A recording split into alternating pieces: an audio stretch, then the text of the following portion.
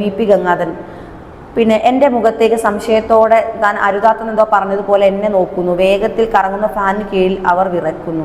അപ്പോൾ ഒരു പേഷ്യൻറ്റും രോഗിയും തമ്മിലുള്ളതാണ് ചിത്രം തുടങ്ങുന്നത് കേട്ടോ. എനിക്ക് തോന്നുന്നില്ല ഡോക്ടർ, റിസൾട്ടൊക്കെ നിങ്ങൾ ഒന്നും കൂടി വെരിഫൈ ചെയ്യൂ. സംതിങ് റോങ് ഇൻ സംവെയർ, എവിടെ എന്തോ മിസ്റ്റേക്ക് ഉണ്ടാവും, നിങ്ങൾ ഒന്നും കൂടി റിസൾട്ട് ചെക്ക് ചെയ്യൂ. എനിക്ക് അങ്ങനെ ഒരു രോഗം വരേണ്ടതില്ലല്ലോ എന്നൊരു പേഷ്യൻറ്റ് ഡോക്ടറോട് സംസാരിക്കുന്നതോടെ ഇത് തുടങ്ങുന്നത് കേട്ടോ.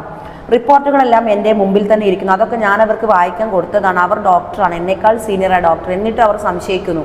അപ്പോൾ ഈ ക്യാൻസർ ആണെന്ന് പറയുന്ന വ്യക്തി ഒരു ഡോക്ടറാണ്, സീനിയറാണ്, ഡോക്ടറാണ്. എങ്കിലും ഞാൻ പറഞ്ഞിട്ട് ഇവർക്ക് മനസ്സിലാവാത്ത എന്നാണ് VP ഗംഗാധരൻ എന്ന് പറയുന്ന അദ്ദേഹം സ്വയം വിലയിരുത്തുന്ന ഒരു പാഠഭാഗമാണ്. അവന് പനിയാണ് ഡോക്ടർ, കുറേ നാളെ ഇവിടെ ഒരു ഹോസ്പിറ്റൽ ട്രീറ്റ്മെൻറ്റിലായിരുന്നു. അവർ രോഗം ഏറെക്കുറെ ഡയഗ്നോസ് ചെയ്തതായിരുന്നു. എവിടേക്കൊന്നോ സംശയം തോന്നിയത് കൊണ്ട് ഇവിടേക്ക് റെഫർ ചെയ്തത്. അങ്ങനെ അവർ നിന്നുകൊണ്ടാണ് സംസാരിക്കുന്നത്. പറയുന്ന വാക്കുകൾ കൂടുതൽ കരുത്ത് കിട്ടാതെ കസയുടെ പിറകിൽ അവർ കൈകൾ ഇടക്ക് വിറയ്ക്കുന്നുണ്ട്. എന്തെങ്കിലും ഇൻഫെക്ഷൻ ആയിരിക്കും, ഒരു പക്ഷേ പനി പിന്നെ അവിടെ മനസ്സിൻ്റെ നില എനിക്ക് മനസ്സിലാവുന്നുണ്ട്. സങ്കടം പിടിക്കുന്ന നെഞ്ച് എനിക്ക് കേൾക്കാം. ഒറ്റ മകനാണ്, പോണ്ടിച്ചേരിയിൽ 2ാം വർഷം Medന് പഠിക്കുന്നു. അക്യൂട്ട് മൈലോഡ് ലുക്കീമിയ എന്ന് മാത്രം മതി അവർക്ക് പൊട്ടിച്ചിതറണം. അവിടം കൊണ്ട് മാത്രം നിർത്താൻ എനിക്കായില്ല. അക്യൂട്ട് മോണോസൈറ്റിക് ലുക്കീമിയ, വളരെ ഇൻറ്റൻസീവായ ട്രീറ്റ്മെൻറ്റ് വേണ്ടി, ഒരുപാട് സൈഡ് എഫക്റ്റുകൾ ഉണ്ടാവും. അസുഖം ഇത് തന്നെയാണ് ഉറപ്പിക്കാമോ ഡോക്ടർ? ഞാൻ വേണമെങ്കിൽ റിപ്പോർട്ടൊക്കെ തന്നുവിടും, നിങ്ങൾ വേറെ എവിടെയും പോയി കൺഫേം ചെയ്തോളൂ. സംശയത്തിൻ്റെ ചിലന്തി, അവിടെ കണ്ണുകൾ ഇഴയടുപ്പം, എവിടെ ചികിത്സ തുടങ്ങാൻ അമാദിക്കരുത്, റിസ്ക്കാണ്. അങ്ങനെ ഒരു അമ്മയും മകനുമാണ് മുന്നിലിരിക്കുന്നത്. അമ്മയും ഡോക്ടറാണ്, മോനെ Medന് പഠിക്കുന്നു. ഈ മോനാണ് ക്യാൻസർ എന്നാണ് VP ഗംഗാധരൻ സാറ് പറയുന്നത്.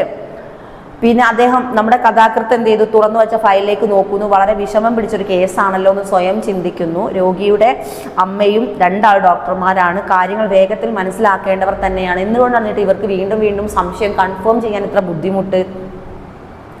എന്തായാലും കീമോതെറാപ്പിയുടെ ചാർട്ട് ഞാൻ ഇത് മനോജ് 25 വയസ്സ്. മനോജ് എന്ന് പറഞ്ഞ നമ്മുടെ കഥാപാത്രങ്ങളുടെ പേര് മനോജ് ആണ്. കീമോതെറാപ്പി സ്റ്റാർട്ട് ചെയ്യണമെന്ന് പറഞ്ഞ് ഞാൻ ഷീട്ടിൽ മനോജ് എന്ന പേര് എഴുതി കൊടുത്തു.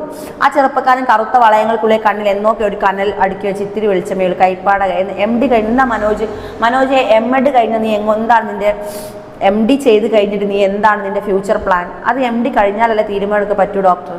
അതെന്താ കഴിയാണ്ടിരിക്കാൻ ഡോക്ടർ? സംശയം കലർത്ത്, അല്ലെങ്കിൽ തന്നെ എന്തിനാ ആരെങ്കിലും പറയണേ? മനോജിനെ കണ്ടാൽ തന്നെ എനിക്കറിയില്ലേ. ഞാൻ മനോജിൻ്റെ കൈ പിടിച്ചു. VP ഗംഗാധരൻ എന്ന് പറഞ്ഞ നമ്മുടെ എഴുത്തുകാരൻ മനോജിൻ്റെ കയ്യിൽ പിടിച്ചു. അയാൾക്ക് വിശ്വാസം വരാത്തതുപോലെ തോന്നി. എന്നാൽ ഒടുവിൽ മനോജ് വളരെ ഭംഗിയായി ചിരിക്കാൻ തുടങ്ങി. ദിവസങ്ങളോളം നീളുന്ന ചികിത്സ, കീമോതെറാപ്പിയുടെ ക്രൗര്യം മനോജിനെ തളർത്താൻ തുടങ്ങി. മനോജിൻ്റെ അമ്മ ഇടയ്ക്കിടയ്ക്ക് എന്നോട് ചോദിക്കും, ഡോക്ടർ ഇപ്പോഴെന്തെങ്കിലും വ്യത്യാസം ഉണ്ടോ? ഞാൻ വെറുതെ ചിരിച്ചതല്ല, മനസ്സ് അംഗീകരിക്കാത്ത സത്യത്തിന് ചുറ്റും അവർ പൊങ്ങൂത്തടി പോലെ ഒഴുകുന്ന. ഒരു ദിവസം റൗണ്ട്സിനെടുത്ത് മനോജിൻ്റെ മുറിക്കടുത്തെത്തിയപ്പോൾ ഞാൻ പെട്ടെന്ന് നിന്നു. മുറിയുടെ ഉള്ളിൽ നിന്ന് പുകച്ചുരുളുകൾ ഉയരുന്നു. പുകയുടെ വലിയ വളകൾക്ക് സിഗരറ്റ് നേർത്ത ഗന്ധം.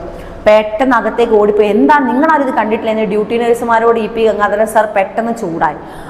ഞങ്ങൾ പറഞ്ഞിട്ടൊന്നും കേൾക്കുന്നില്ല സാർ. ഇത് മാത്രമല്ല, ഇയാൾക്ക് വേറെ എന്തൊക്കെയോ ലഹരി ഇയാൾ കുത്തിവെക്കുന്നുണ്ട്. എന്തെങ്കിലും ചോദിക്കാൻ ചെന്നാൽ ഞങ്ങളെ ഇങ്ങോട്ട് ചാടിക്കടിക്കാൻ വരും. ഞങ്ങൾക്ക് വയ്യ സാർ ഇങ്ങനെ നോക്കാൻ എന്നാണ് പൊതുവേ അവരുടെ ഡ്യൂട്ടി നഴ്സുമാർ പറഞ്ഞത്. എന്നിട്ടെന്താ നിങ്ങൾ എന്നോട് ഇതുവരെ ഈ കാര്യം പറയാഞ്ഞത്? പിന്നെ നഴ്സുമാർ തല താഴ്ത്തി നിന്നു. കൂടുതലൊന്നും പറയാതെ ഞാൻ അകത്തേക്ക് കയറി മുരുടെ മനോജിൻ്റെ അടുത്ത് ചെന്ന് പറഞ്ഞു, ഹൗ ആർ യു മനോജ്? ഇപ്പോൾ ക്ഷീണമുണ്ടോ? നല്ല ഉറക്കം തോന്നുന്നു ഡോക്ടർ. മനോജ് പിന്നെ എന്നോർത്തതുപോലെ അനുജത്തിയെ നോക്കി.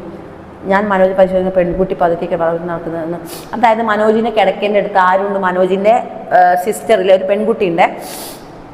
അപ്പോൾ മനോജ് നീ എന്താണ് ഇങ്ങനെ അനിയത്തി എന്നൊക്കെ പരിചയപ്പെടുത്തി കൊടുക്കുന്നുണ്ട്. ഇപ്പോൾ ഡോക്ടർ പരിശോധനയ്ക്ക് വന്നപ്പോൾ അനിയത്തി കട്ടിലിൻ്റെ മറുവശത്തേക്ക് പോയി. മനോജ് പറഞ്ഞു, എനിക്ക് ഉറക്കം വരുന്നു ഡോക്ടർ എന്ന് പറഞ്ഞ് കനമുള്ള കൺപോളകൾ തുറന്നു പിടിക്കാൻ മനോജ് ആയാസപ്പെട്ടു. ആ കട്ടിലിൽ നിന്ന് എണീറ്റ് നടക്കാനുള്ള ആരോഗ്യം പോലുള്ള മനോജിന്. പിന്നെ ആരാ ഇയാൾക്ക് ഇതൊക്കെ കൊണ്ടുവന്ന് കൊടുക്കുന്നത്? ഞങ്ങൾക്കും അതന്നെയായിരുന്നു സാർ ആദ്യം സംശയം. മനോജിൻ്റെ അമ്മ തന്നെയാണ് മനോജിന് ഇതെല്ലാം കൊടുക്കുന്നത്. ഞാൻ അമ്പരപ്പോടെ ആശ്ചര്യപ്പോടെ നിന്നു. എന്തൊക്കെയോ സംശയങ്ങൾ എൻ്റെ ഉള്ളിൽ വന്നു.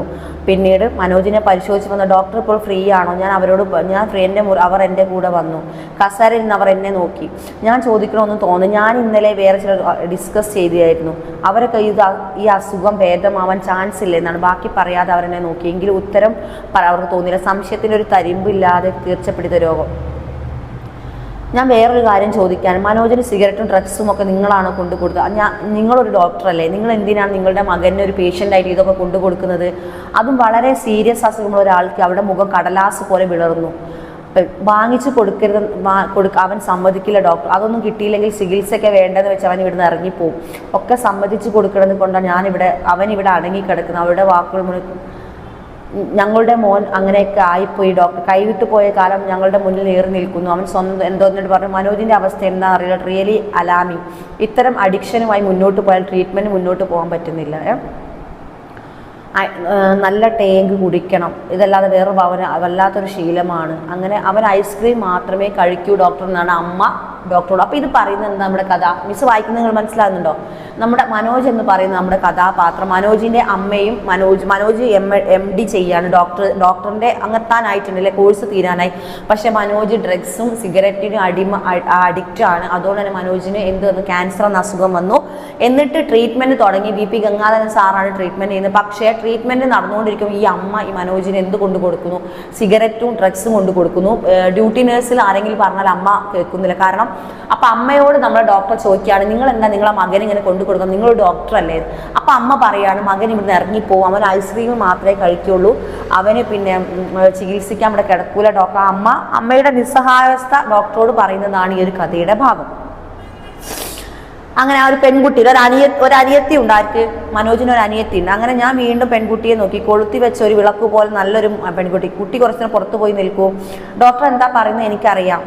പിന്നെ മനോജ് പറയാണ്, പിന്നെ അങ്ങനെ ഉറപ്പൊന്നും പറയാൻ പറ്റില്ല ഡോക്ടർ, കുറേ കാലത്തെ ശീലമാണ്, ഞാൻ ശ്രമിക്കാനേ പറ്റൂ. You should quit this habits. You should quit ചെയ്യാനല്ലേ? എന്ത് ചെയ്യുക? ക്വിറ്റ് എന്ന് പറഞ്ഞാൽ എന്താ? ഒഴിവാക്കുക, പോവുക അല്ലേ? എങ്ങനെ ക്വിറ്റ് ചെയ്യാൻ ഒഴിവാക്കണം? നീ സിഗരറ്റൊക്കെ ഒഴിവാക്കണം, എന്നാലേ നിന്റെ രോഗം മാറും. എന്തായാലും എനിക്ക് ഇതൊക്കെ വാങ്ങിച്ചത് എൻ്റെ അമ്മ തന്നെയാണ്. സിഗരറ്റ് എളുപ്പത്തിൽ കിട്ടുന്നത്, ഡ്രഗ്സ് കിട്ടുന്നതിന് കഷ്ടപ്പെട്ട് വാങ്ങിച്ചുകൊണ്ട് വരും. എന്തുകൊണ്ട്? അവർക്ക് നന്നായി അറിയാം, അവരാണ് എല്ലാത്തിനും കാരണം. വേണ്ട കാലത്ത് ശ്രദ്ധിക്കാതെ ഇപ്പോൾ നന്നാക്കാൻ നോക്കിയിട്ട് കാര്യമില്ലെന്ന് അവർക്കറിയാം. അപ്പോൾ എൻ്റെ അമ്മ എന്നെ നോക്കാഞ്ഞിട്ടാണ് ഞാൻ ഇങ്ങനെയായിരുന്നു. ചെറിയൊരു ഉള്ളടക്കം ആ ഒരു കഥയിലുണ്ട് അല്ലേ? എൻ്റെ അച്ഛനെ ഡോക്ടർ കണ്ടിട്ടില്ല, എൻ്റെ അച്ഛനും ഡോക്ടറാണ്, നല്ല പ്രാക്ടീസ് ആയിരുന്നു. സ്കൂളിലൊക്കെ പഠിക്കുന്ന കാലത്ത് എന്നെ ആരും നോക്കിയില്ല. മിക്കവാറും നേരം ഞാൻ ഭക്ഷണം അവിടുന്നാണ്, തേങ്ങ ഐസ്ക്രീം മാത്രം. എത്രയോ കൊല്ലം എന്ത് വേണമെന്ന് അച്ഛനും അമ്മയും വാങ്ങിച്ചിട്ട് എന്തിനാ ഒരിക്കലും അന്വേഷിച്ചിട്ടില്ല. ഒരാൾ നാശവിധിയിൽ കൂടെ എന്താ വേണ്ടത് ഡോക്ടർ?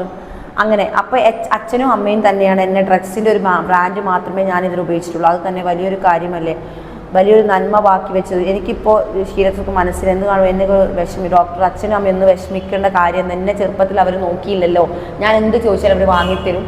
അതുകൊണ്ടാണ് ഞാനിങ്ങനെ ഡ്രഗ്സിൻ്റെ അടിമയായി പോയത് അല്ലേ? എന്തായാലും അവസാനം ഡോക്ടർ എന്ത് ചെയ്തു? തൻ്റെ ചികിത്സയ്ക്കുള്ളത് ഏറ്റവും മനോജിൻ്റെ വിജയത്തിനുള്ള സാധ്യത നന്നേ കുറവായി. മനോജിൻ്റെ അവസാനത്തെ പരിശോധന കണ്ടപ്പോൾ രോഗം ഖേദത്തോടെ യാത്ര പറഞ്ഞു പോയ എന്നെ കാണാം കല്യാണത്തിന്. അങ്ങനെ മനോജിൻ്റെ രോഗം ഭേദമായി. മനോജ് കല്യാണത്തിന് ക്ഷണിക്കാൻ നമ്മുടെ ഡോക്ടറെ അടുത്ത് വരുന്നു. ഞാനൊരു കാര്യം ചോദിക്കാൻ വിചാരിക്കുന്നത്, മനോജിൻ്റെ ഡയഗ്നോസ് തെറ്റുപറ്റിപ്പോയത് ലുക്യൂമിയ ആണെന്ന് തെറ്റിപ്പോയ പറഞ്ഞ എന്താ അങ്ങനെ മിസ്റ്റേക്ക് പറഞ്ഞ? ഞാൻ അത്ഭുതത്തോടെ അയാളെ നോക്കി. മനോജിൻ്റെ അമ്മ തന്നെ, മേഡം എന്നെ പഠിപ്പിച്ചിട്ടുണ്ട്, മേഡം പറഞ്ഞു ഡയഗ്നോസിസോ തെറ്റായിരുന്നു, വെറും ഒരു വൈറൽ ഇൻഫെക്ഷൻ, വെറുതെ കീമോതെറാപ്പി ഒക്കെ എടുത്ത് ചികിത്സ കൊണ്ട് മരിക്കേണ്ടത്, അതേ ഒന്നും സംഭവിച്ചില്ല. മനോജ് ചികിത്സ കഴിഞ്ഞ് പോകുന്ന ദിവസം എൻ്റെ അമ്മനെ ഞങ്ങളെ മനോജിനെ തിരുത്തുന്നത് എങ്ങനെയാണ് നന്ദി പറയണമെന്ന് അറിയില്ല. മണ്ഡപത്തിൽ നിന്ന് നാദസ്വരം കുരവുയർന്ന് ഞാൻ നോക്കി. മനോജ് കണ്ണുകൾക്ക് പെൺകുടി പുതിയ ജീവിതം തുടങ്ങുന്നു. അച്ഛനും അമ്മയിരുപുറം നിൽക്കുന്നു, മകന് കാവലെന്ന പോലെ. വരനെയും വധുവിനെയും കാണാൻ തിക്കിത്തിരക്കിയ വലിയ ജീവിതം അത്ഭുതം. അതായത് തിരക്കേറിയൊരു ചികിത്സ. നമ്മുടെ ഈ ആരാണ്? VP ഗംഗാധരൻ എന്ന് പറഞ്ഞാൽ പുകമറക്കപ്പുറം എന്നൊരു കഥ എഴുതിയ VP ഗംഗാധരൻ ഒരു ക്യാൻസർ ഡോക്ടറാണ്, ക്യാൻസർ ട്രീറ്റ്മെൻറ്റ് ചെയ്യുന്ന ഡോക്ടറാണ്. അദ്ദേഹത്തിൻ്റെ ജീവിതത്തിലുണ്ടായ ഒരു അനുഭവമാണ് ഈ കഥ. പുകമുറക്കപ്പുറം എന്ന പാഠം നൽകുന്ന സന്ദേശം എന്താണ്? ഡ്രഗ്സ് ഒന്നും ഉപയോഗിക്കാതിരിക്കുക, ലഹരി ഉപയോഗിക്കാതിരിക്കുക, നമ്മളെപ്പോഴും നല്ല രീതിയിൽ മുന്നോട്ട് പോവുക. പിന്നെ അച്ഛൻ അമ്മ അധികം നമ്മളെന്ത് ഓവർ കെയറിങ് കെയർ ചെയ്യുക. പാരൻസ് കുട്ടികളെ നന്നായിട്ട് കെയർ ചെയ്യുക അല്ലേ? തിരക്കേറിയ ഒരു ക്യാൻസർ ചികിത്സകനാണ് ഡോക്ടർ VP ഗംഗാധരൻ. ഒരു ഡോക്ടറുടെ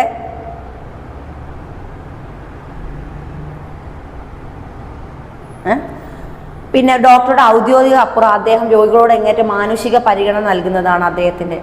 അദ്ദേഹം മാനുഷിക പരിഗണന ചെയ്യുന്നൊരു ഡോക്ടറും കൂടിയാണ്. വളരെ സങ്കീർണ അവസ്ഥയിലുള്ള രക്താർബുദ രോഗിയാണ് 25-കാരനായ മനോജ് അല്ലേ? ഡോക്ടർ ദമ്പതികളുടെ മകനായ മനോജിനെ പിന്നെ രോഗത്തെ അംഗീകരിക്കാൻ അമ്മ വിസമ്മതിക്കുന്നു. വിശദീകരണമൊന്നും കൂടാതെ തന്നെ എല്ലാം മനസ്സിലാക്കുമെങ്കിലും അവസാനം നിർണയത്തിൽ പിഴവ് സംഭവിച്ചിരിക്കുന്നു എന്ന് വരുത്തി തീർക്കുവാൻ രോഗിയുടെ അമ്മ പലവട്ടം ശ്രമിക്കുന്നത് ഡോക്ടർ അമ്പരപ്പിക്കുന്നു. എന്തായാലും അവസാനം തൻ്റെ ജീവിത വിജയങ്ങൾ മാത്രം ലക്ഷ്യം വെക്കുന്ന മാതാപിതാക്കൾ മറന്നു കളയുന്നതാണ് മക്കളുടെ ബാല്യം, അതുമൂലം അവർക്ക് ലഭിക്കാതെ പോകുന്ന പരിഗണന, ശാസന, ഇവയൊക്കെ ഒരു കുരുന്നു ജീവിതത്തിൽ ഏൽപ്പിക്കുന്ന ക്ഷതങ്ങളുടെ സാക്ഷ്യപത്രമാണ് മനോജിനെ ചെറുപ്പത്തിൽ അച്ഛനും അമ്മയും കെയർ ഇതിനെ കൊണ്ടാണ് മനോജ് ഇങ്ങനെ ഒരു ട്രീറ്റ്മെന്റിന് അടിമയായത്. ഉള്ളു നിറയെ സ്നേഹത്തിന് പകരം കൈ നിറയെ പണം കൊടുത്താണ് മാതാപിതാക്കൾ മനോജിനെ വളർത്തിയത്. ഓക്കെ, അവസാനം പിന്നെ ടാങ്ക് എന്ന് പറഞ്ഞൊരു സംഭവമുണ്ട്. അതും ഐസ്ക്രീം മാത്രമാണ് മനോജിന്റെ ആഹാരം. തനിക്ക് ലഭിക്കാതെ പോയ സ്നേഹത്തിന് രക്ഷിതാക്കളോട് പകരം വീട്ടുകയാണ് മനോജ്. ദുശീലങ്ങൾ തന്റെ ദൗർബല്യമാണെന്ന് സ്വയം മാതാപിതാക്കളിന് മേൽ പഴിചാരി മനോജ് രക്ഷപ്പെടുന്നു. പണത്തിനും പ്രശസ്തിക്കും പിന്നാലെയുള്ള പരക്കം പാച്ചിലിനിടെ തന്റെ മകനെ വളർത്തുന്നതിൽ നിന്ന് ആ മാതാപിതാക്കൾ പരാജയപ്പെട്ടു എന്നതാണ് ഈ ഒരു കഥയിലൂടെ നമ്മുടെ പറയുന്നത് അല്ലേ. അങ്ങനെ അവസാനം എന്ത് ചെയ്യുന്നു, രോഗത്തോടൊപ്പം ലഹരിയും മാതാപിതാക്കളുടെ പ്രതികാര ബുദ്ധിയും ഒക്കെ ചേർന്ന് അവസാനം മനോജിനെ ജീവിതം തിരിച്ചു പിടിക്കാൻ നമ്മുടെ VP ഗംഗാധരൻ എന്ന ഡോക്ടർ സഹായിക്കുന്നു. ഓക്കെ, മനോജിന്റെ കുടുംബ ബന്ധങ്ങൾക്ക് വില കൽപ്പിക്കാത്ത യുവതലമുറയുടെ പതിവ് രീതി അപവാദമാകുന്നു മനോജിന്റെ നവവധു. മനോജിനെ വിവാഹം കഴിക്കാൻ ഒരു പെണ്ണ് തയ്യാറാകുന്നു, അതൊരു വലിയ കാര്യമാണ് അല്ലേ. പങ്കാളിയുടെ രോഗം വിവാഹമോചനത്തിന് കാരണമാവുന്ന ഈ ലോകത്ത് ഒരാൾക്ക് മറ്റേയാൾ ജീവിക്കാനാകുന്ന കഴിയും. ആതുര ശിക്ഷ വരുമാനമായി മാത്രം സമൂഹത്തിൽ രോഗിയുടെ പ്രത്യാശ. അങ്ങനെ ലാസ്റ്റ് എൻ്റെ മനസ്സ് കൂടുതൽ അതിൽ മനസ്സു, അതായത് ഡോക്ടർ ഗംഗാധരൻ എന്താണ് ലാസ്റ്റ് പറയുക, എൻ്റെ മനസ്സ് കൂടുതൽ പരിശുദ്ധി ഉള്ളതാണ്, ഞാൻ മനുഷ്യ നന്മയ്ക്ക് വേണ്ടി മാത്രമേ എൻ്റെ ചികിത്സ കൊണ്ട് ശ്രമിക്കാറുള്ളൂ, മാനുഷിക പരിഗണന നൽകിയിട്ടേ ഞാൻ എന്ത് ചെയ്യാറുള്ളൂ, എൻ്റെ രോഗികളെ ഞാൻ ചികിത്സിക്കാറുള്ളൂ. മനോജ് എന്ന് പറയുന്ന ഈ കഥയിൽ ഇപ്പം എന്താ നിങ്ങൾക്ക് മനസ്സിലായത്, പുകമറയ്ക്കപ്പുറം ഒരു ജീവിതം ഉണ്ടെന്ന് നമുക്ക് ആര് കാണിച്ചു തരുന്നു, നമ്മുടെ VP ഗംഗാധരൻ എന്ന് പറയുന്ന എഴുത്തുകാരൻ കാണിച്ചു തരുന്നു. അദ്ദേഹം ഒരു ക്യാൻസർ ട്രീറ്റ്മെന്റ് ചെയ്യുന്ന ഒരു ഡോക്ടറാണ് VP ഗംഗാധരൻ. അദ്ദേഹത്തിന്റെ പേഷ്യൻ്റാണ് മനോജ്. മനോജിന്റെ അച്ഛനും അമ്മയും ഡോക്ടർമാരാണ്. മനോജ് ആണെങ്കിൽ MD എന്ന് പറയുന്ന ഡോക്ടേഴ്സിന്റെ അവസാന ഘട്ടത്തിൽ പഠനത്തിലാണ്. മനോജ് ചെറുപ്പത്തിൽ തന്നെ അച്ഛനും അമ്മയും നോക്കാത്തത് കൊണ്ട് മനോജ് എന്തിന് അഡിക്റ്റ് ആകുന്നു, ഈ ടാങ്കും ഐസ്ക്രീമും മാത്രം കഴിക്കുന്ന മനോജ് ലഹരിക്ക് അടിമയാകുന്നു, ഡ്രഗ്സ് ഉപയോഗിക്കുന്നു. അവസാനം നമ്മളെ ഗംഗാധരൻ സാറിൻ്റെ അടുത്തെത്തുന്നു. ഗംഗാധരൻ സാർ അമ്മയുടെ വിചിത്രമായ മനോഭാവവും എല്ലാം കറക്റ്റ് പഠിക്കുന്നു. മനോജിന് അവസാനം രോഗശൈലിയിൽ നിന്ന് അദ്ദേഹം മുക്തി നേടിക്കൊടുക്കുന്നു. അപ്പോൾ ഈ ഒരു കഥയിൽ മനസ്സിലാക്കുന്നത് ഒരു ഡോക്ടർ പേഷ്യന്റിനോട് പെരുമാറുന്ന രീതി ഈ VP ഗംഗാധരൻ സാർ നിങ്ങൾ മറന്നു പോലും, അദ്ദേഹം ഒരു ക്യാൻസർ ട്രീറ്റ്മെന്റ് ചെയ്യുന്ന ഡോക്ടറാണ് നമ്മുടെ എഴുത്തുകാരൻ. അതാണ് ഈ ഒരു കഥയുടെ പ്രത്യേകത. അദ്ദേഹത്തിന്റെ ജീവിതത്തിലുള്ള ഒരു അനുഭവമാണ് അദ്ദേഹം ഈ ഒരു കഥയിലൂടെ നമ്മളോട് പറയുന്നത്. കൂടാതെ എല്ലാ കഥയിലും ഒരു മെസ്സേജ് ഉണ്ടാവും, നമുക്കറിയാം. ഇതിലെ പ്രധാനപ്പെട്ട മെസ്സേജ് എന്താ, നമ്മൾ ലഹരി ഡ്രഗ്സ് ഒന്നും ഉപയോഗിക്കാതിരിക്കുക. പാരൻസ് കുട്ടികളുടെ കാര്യത്തിൽ ചെറുപ്പം മുതലേ തന്നെ എന്ത് ചെയ്യുക, നന്നായിട്ട് കെയറിങ് കൊടുക്കുക എന്നാണ് ഈ ഒരു പാഠത്തിലൂടെ നമ്മളുടെ VP ഗംഗാധരൻ സാർ നമ്മളോട് പറയുന്നത്.